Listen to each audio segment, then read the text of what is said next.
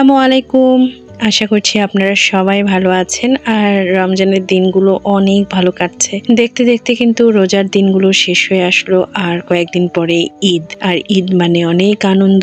আর এই আনন্দের মধ্যে যেটা সব থেকে ভালো লাগে সেটা হচ্ছে কেনাকাটা করা। একটা সময় ছিল যখন আমি নিজের জন্য কি কিনবো সেটা কিনলে আমার মা বাবার অনেক ভালো লাগতো, আর এখন নিজের জন্য কিনলেও ভালো লাগে, আবার সবার জন্য সাধ্যমতো কিছু কিনে আনতে অনেক আনন্দ হয়। মাকে বলেছিলাম যে তোমাকে নিয়ে রংপুরে যাব কেনাকাটা করতে, আর এখান থেকে কিছু কিনবো না, একসাথে দুজন মিলে গিয়ে কেনাকাটা করবো। তো মা বললো ঠিক আছে। তো আমরা গিয়েছিলাম গতকালকে রংপুরে, সেখানে গিয়ে কেনাকাটা করব, এটাই উদ্দেশ্য ছিল। পৌঁছে গেছি, এখানে গিয়ে একটা ক্লথ স্টোরে ঢুকে গেলাম। রংপুরের দোকানগুলোর একটা বৈশিষ্ট্য হচ্ছে অনেক বড় বড় দোকান, এবং একটা দোকানেই কিন্তু তারা বিভিন্ন ধরনের কর্নার করেছে। কোথাও 3 পিস পাওয়া যাচ্ছে, কোথাও গজ কাপড় পাওয়া যাচ্ছে, কোথাও বেডশিট, আপনি যদি বোরখা চান তাহলে বোরখা, অর্থাৎ বিশাল বড় বড় দোকান। এই যে দেখেন, এই দোকানটা অনেক বড়। আমরা এই দোকানটা থেকে একটা বেডশিট নিয়েছি, প্রচুর ভিড়। আর আমরা কিন্তু যেটা করেছি, সকাল 10টার দিকে আমরা রওনা দিয়েছি, তাই আমরা ঠিক টাইমে পৌঁছেছি।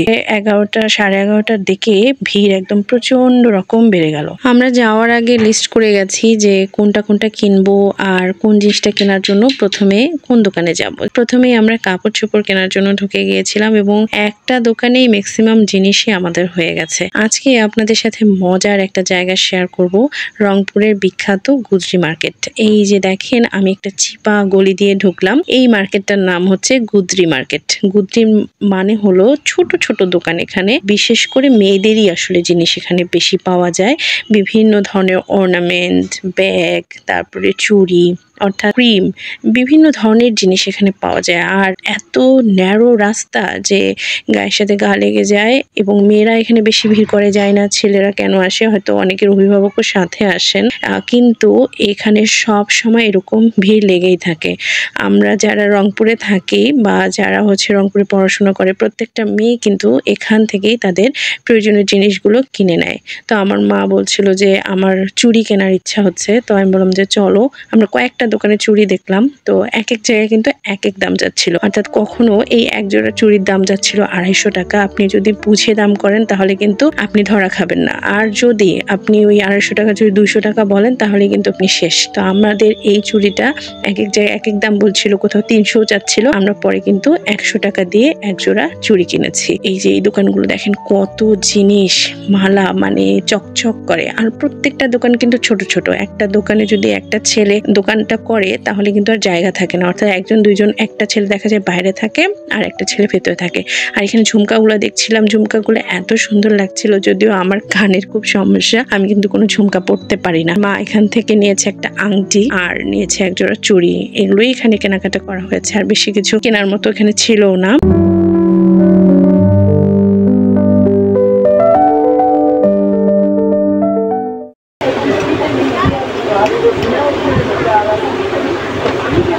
আজকে আপনাদের সাথে আরও একটা রংপুরের বিশেষ জিনিস শেয়ার করব, সেটা হচ্ছে এই চটপটি। এখানে রংপুরের সুপার মার্কেট আছে, আর সুপার মার্কেটের এক কর্নারে একটা সিঁড়ির নিচে এই চটপটিটার দোকান। আর এইটা এত বিখ্যাত একটা চটপটি যে আপনি এলে অবশ্যই একবার হলেও এই চটপটিটা খেয়ে দেখবেন। খুবই জনপ্রিয়। আমার মনে হয় যারা রংপুরে শপিং করতে আসে তারা প্রত্যেকেই এই চটপটি একবার হলেও খেয়ে যায়। আর সব সময় এই জায়গাটায় ভিড় লেগেই থাকে। আমার তো মনে হয় যে এরা পাতিলে পাতিলে চটপটি রান্না করে, কারণ এত মানুষ খায়।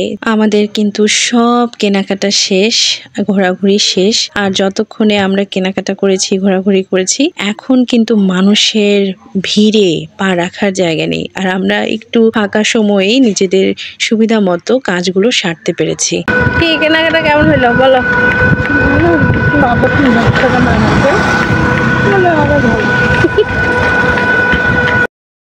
আজকের এই মামের ভিডিওটা কেমন লাগলো জানাতে কিন্তু ভুলবেন না, অবশ্যই কমেন্ট করে জানাবেন।